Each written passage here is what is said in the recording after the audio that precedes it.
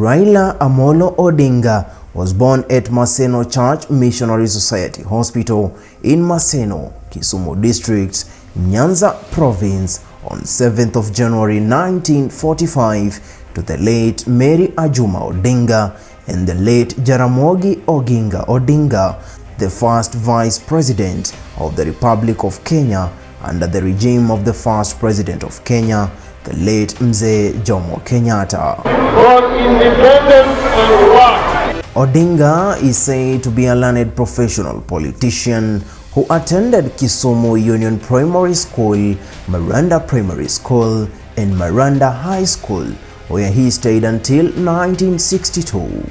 He spent the next 2 years at the Harder Institute, a part of the philological faculty at the University of Leipzig in East Germany. He received a scholarship in 1965 that sent him to the Technical School Magdeburg, now a part of Otto von Guericke University in Magdeburg. In 1970, he graduated with a Masters of Science in Mechanical Engineering. Then he later returned to Kenya in 1970. In 1971, Odinga established the Standard Processing Equipment Construction and Erection Limited, which later renamed to East African Spectra, a company that is specialized in manufacturing of liquid petroleum gas cylinders.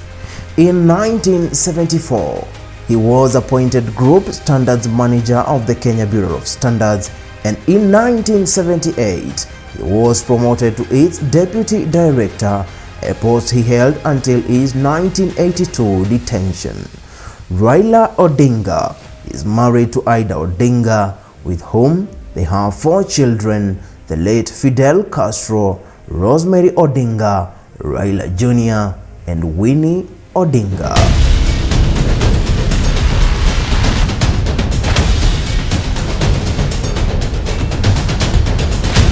In 1982, Raila Odinga was placed under house arrest for 7 months by then Daniel Moi, the President of Kenya. Raila was later charged with treason following his political agitation for a wider democratic space and detained without trial for 6 years.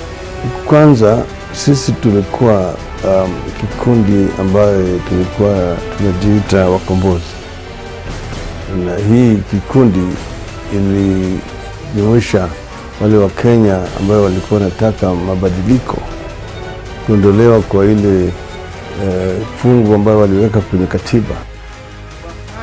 Tulianza hii wakati tulienda kufanyia kampeni Mheshimiwa James Orengo kule Ugenya.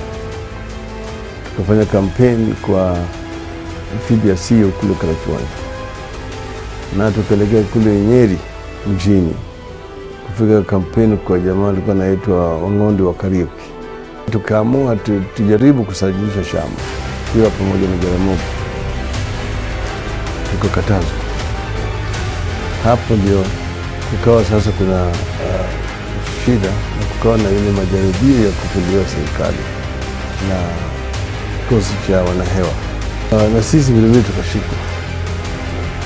Mimi na wenzangu tukachakiwa kupanga majaribio ya kupindulia serikali, lakini walikuwa hawana ushahidi.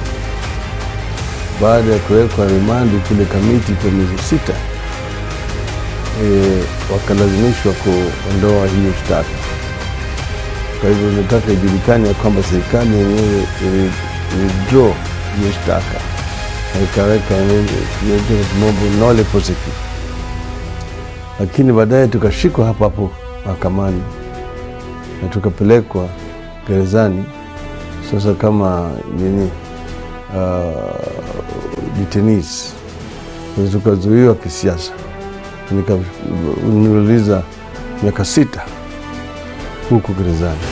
His mother died in 1984, but it took the prison wardens 2 months to inform him of her passing, an experience he openly confesses as one of the most traumatizing in his eventful life.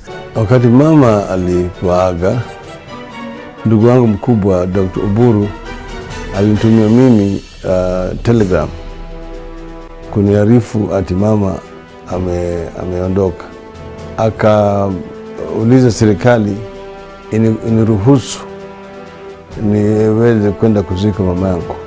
Hiyo telegram ilichukua miezi mitatu kabla hawajanipatia.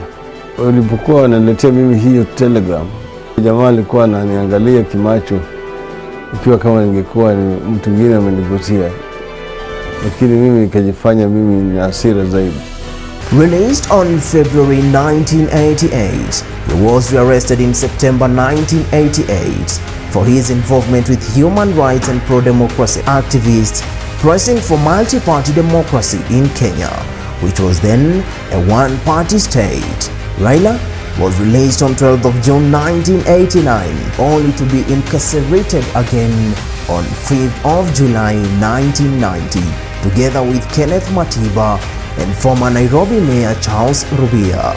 Raila was released on 21st of June 1991, and in October, he fled the country for Norway with a hint that Kenyan government would attempt to assassinate him. Nikaa huko usiku 10 nikipigwa, nikiwekwa kwa maji na yale yote.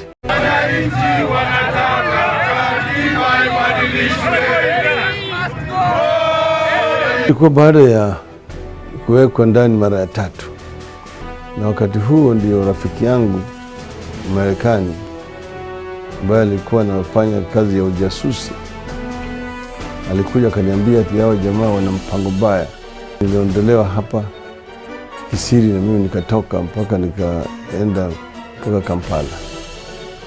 Na kutoka kule Kampala nikafanya mpango na nikaenda huko Norway, pale ambapo nilikuwa kama mkimbizi wa kisiasa.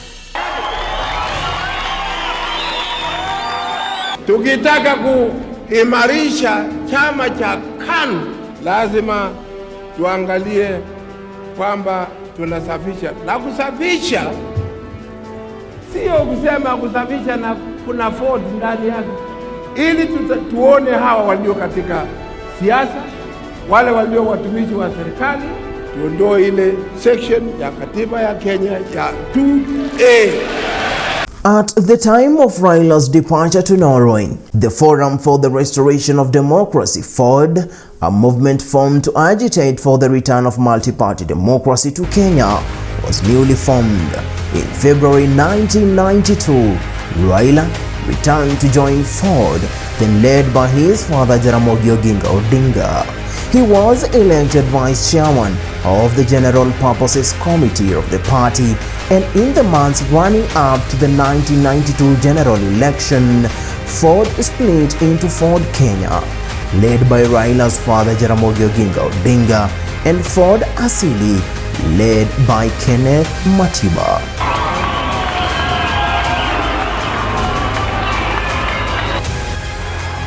Raila became FORD Kenya's Deputy Director of Elections.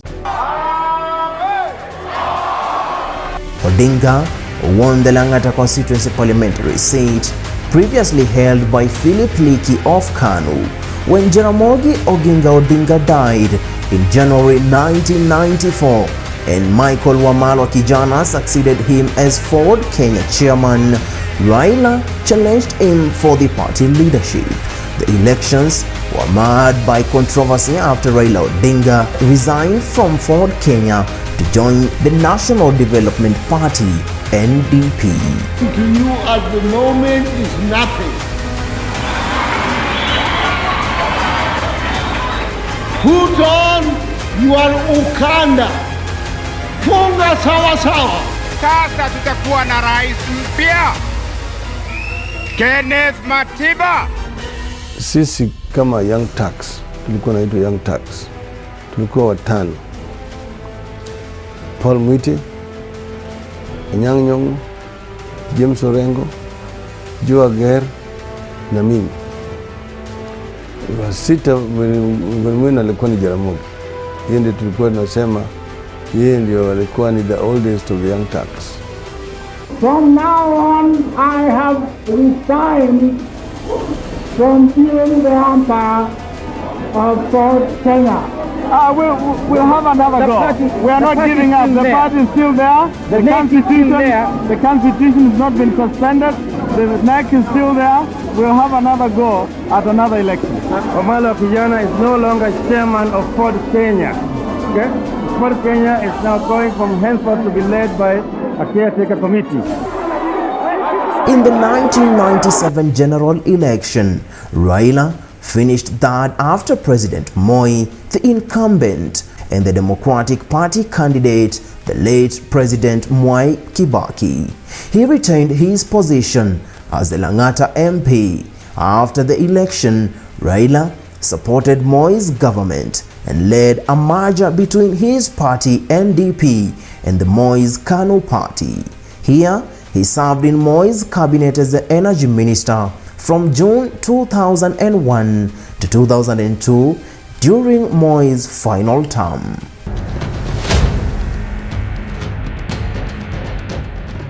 In the subsequent KANU elections held later that year, he was elected the party's Secretary General, replacing the late JJ Kamotho.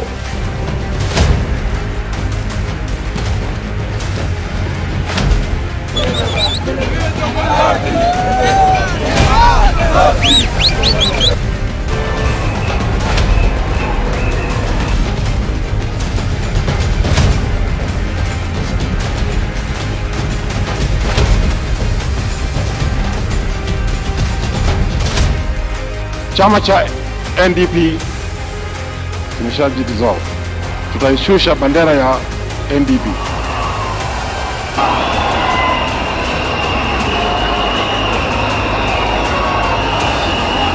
Then they raise the other one. They beat the market.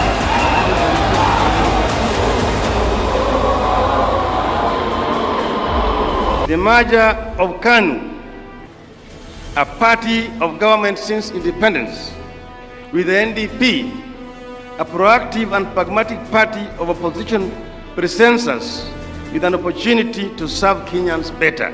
The idea is not merely to dilute one party or swallow another party. There come a time when the nation is more important than an individual. Napendekeza Mheshimiwa Raila Amolo Odinga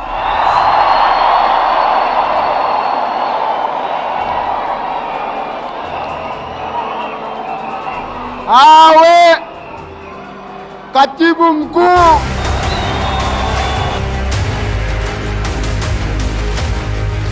In 2002, the late President Daniel Arap Moi pulled a surprise by endorsing Uhuru Kenyatta, a son to the Kenya's first president, Jomo Kenyatta, to be his successor. Moi publicly asked Raila Odinga and others to support Uhuru Kenyatta as well. Raila and other KANU members, including the Wiper Party leader Kalonzo Musyoka and the late George Saitoti and the late Joseph Kamotho, opposed this step, arguing that the then 38-year-old Uhuru was politically inexperienced and lacked the leadership qualities needed to govern. Na huyu ni Uhuru